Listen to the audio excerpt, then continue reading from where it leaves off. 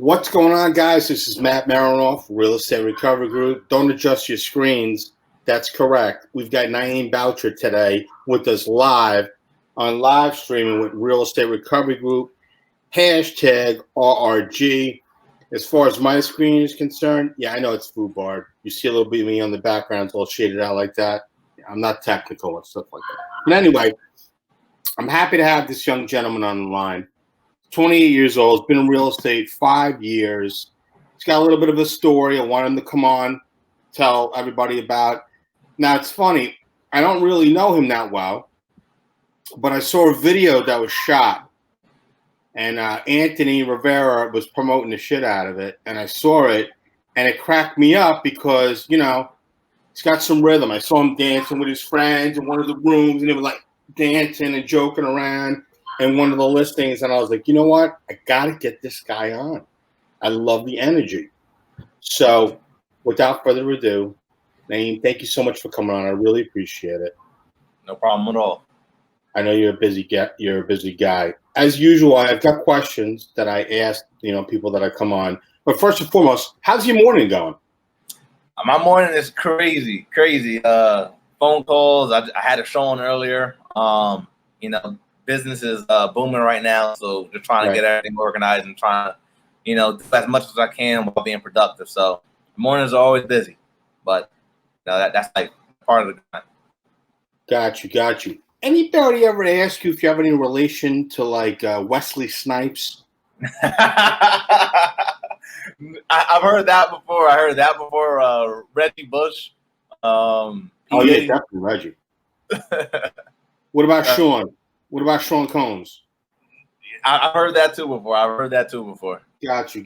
No, you won't hate it. You won't hate on anybody if they give you the money, though, right?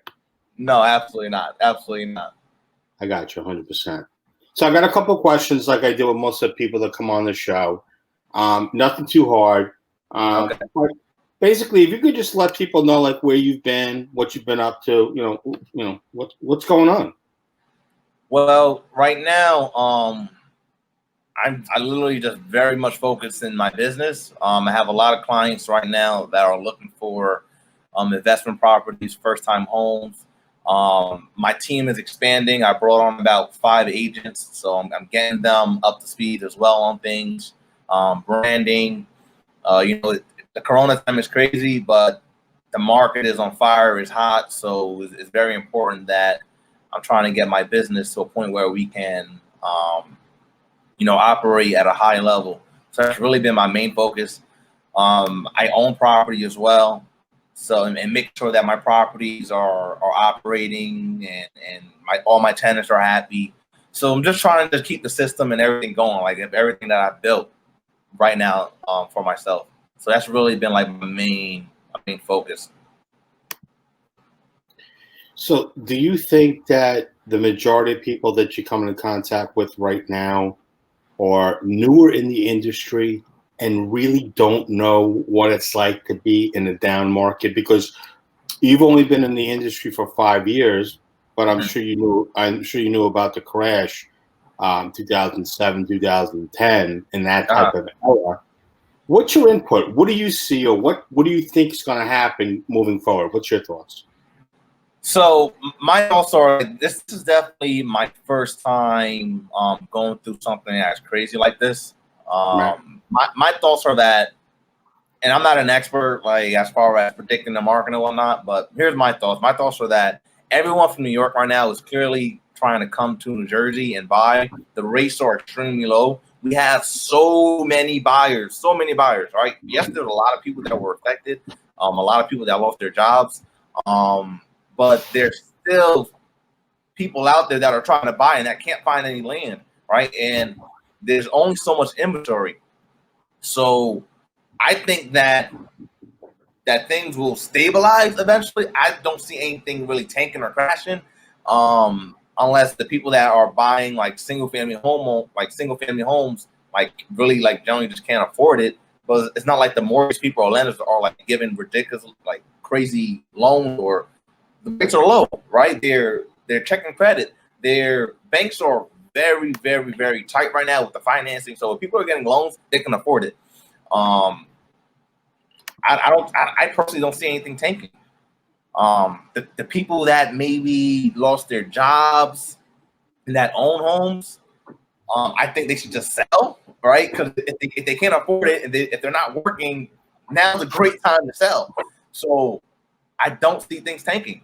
Right? Like if you can't, if these people who lost their jobs and they did like that 3-month, what is it, furlough or whatever, that's plenty of time for them to try and sell their home and get out of it. That's you talking about the forbearance? Yeah, the forbearance, wherever that was. Right. So I just don't see it tanking, honestly.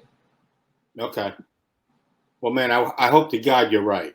I hope it tanks, so then I can get better deals and help my buyers get deals, because there's going to be buyers, but I don't see it tanking.